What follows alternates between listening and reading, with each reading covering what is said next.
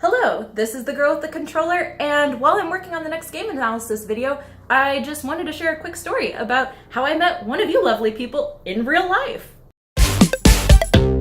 So as I'm sure many YouTubers have shared before, when they created their channel, they weren't thinking about, wow, what happens if I bump into someone in real life who recognizes me from the internet? When I made my first video about Fire Emblem, I wasn't even planning on sharing that on YouTube. I originally just made it for some of my friends because I wanted them to complete Fire Emblem Echoes so I could talk to people about it. But one thing led to another, and I moved kind of from reviews to now game analysis videos and storytelling.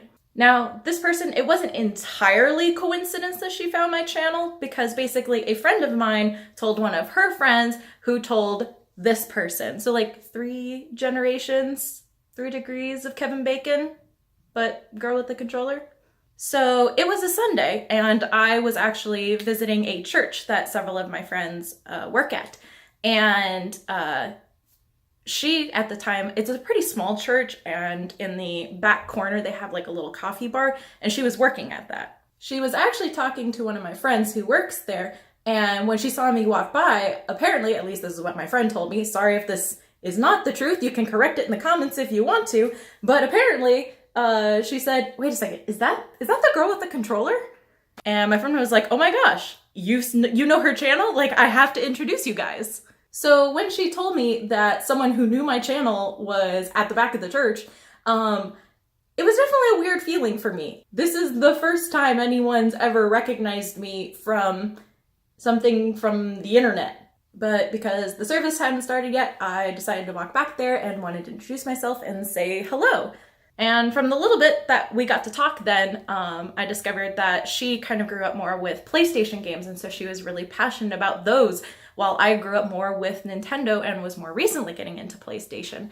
And there was a lot I wanted to talk to her about, but then there was also people at the coffee bar station, and she was making like all the coffee, and I'm just like, I can tell that you're busy, you can do what you need to do, I will just talk with you later. Let me add you on Facebook and we'll catch up sometime. Now, I am a people person, and so when I say I'll catch up with you sometime, some of my friends know I kind of delay on that a bit, but I love actually catching up with you.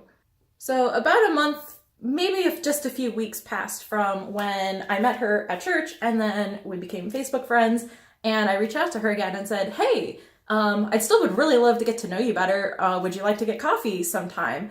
And she actually responded back and invited me to have dinner at her house with her and her husband. It again was kind of one of those surreal moments that's just like a stranger just invited me into her house, and it was so sweet. She made a homemade Japanese meal, and we got to sit around the dinner table and talk. And a little bit about that was video games, but way cooler than that was we actually got to learn about each other. I got to hear about her kind of life growing up, how she met her husband. They both went to the same college as me, so we talked about school. I got to share about, my family and how I got into video games with my parents, and how I wound up doing ministry work as my full-time job, and what led me to this side of town that I'm on. And it was really cool. It was cool to meet people that I had literally just met them, and I felt like I could be open with them, they could be open with me, but then we could also nerd out about video games. And like, she would mention points like, oh yeah, in this one video you said this, so let's talk about this concept. And it was so weird, but at the same time, so cool. And after dinner, she also asked, hey, you're here, do you want to play video games together? And so of course, yeah, I'd love to. She asked if I had ever done VR, and I hadn't. To be honest, VR always kind of sounded pretty gimmicky to me, and I definitely did not have the money to drop on a headset to see if it was worthwhile or not, so I hadn't touched it. But hey, if someone was offering, like, I'll give it a shot. And the only game I played was VR Worlds, which they said is essentially like a fancy tech demo and is not really much of a true game, but it's good to introduce people that are trying to understand what VR is about.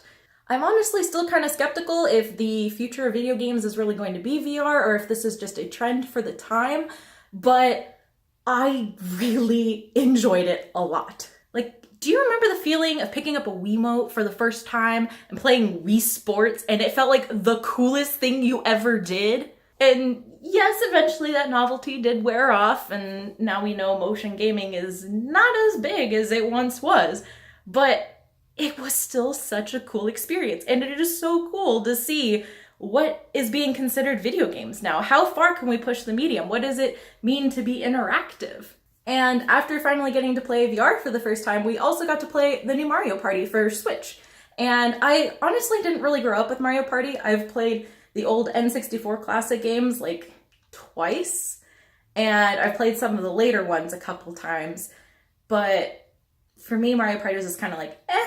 But this one I actually had a lot of fun with. I like the different dye. It feels like Mario Party again. I know there are plenty of other reviews that can go way more in depth about it's good, but maybe not the best, but that's not what this video is about. I really wanted to share this story because it's part of this channel's story. It's awesome that it's easy to think that we're just people from across screens and we'll never get to interact, but it's really cool when lives actually get to connect with one another. And I now have a new friend because of this. Which reminds me, if you, certain person, are watching this video, let's get together again sometime. It would be a ton of fun.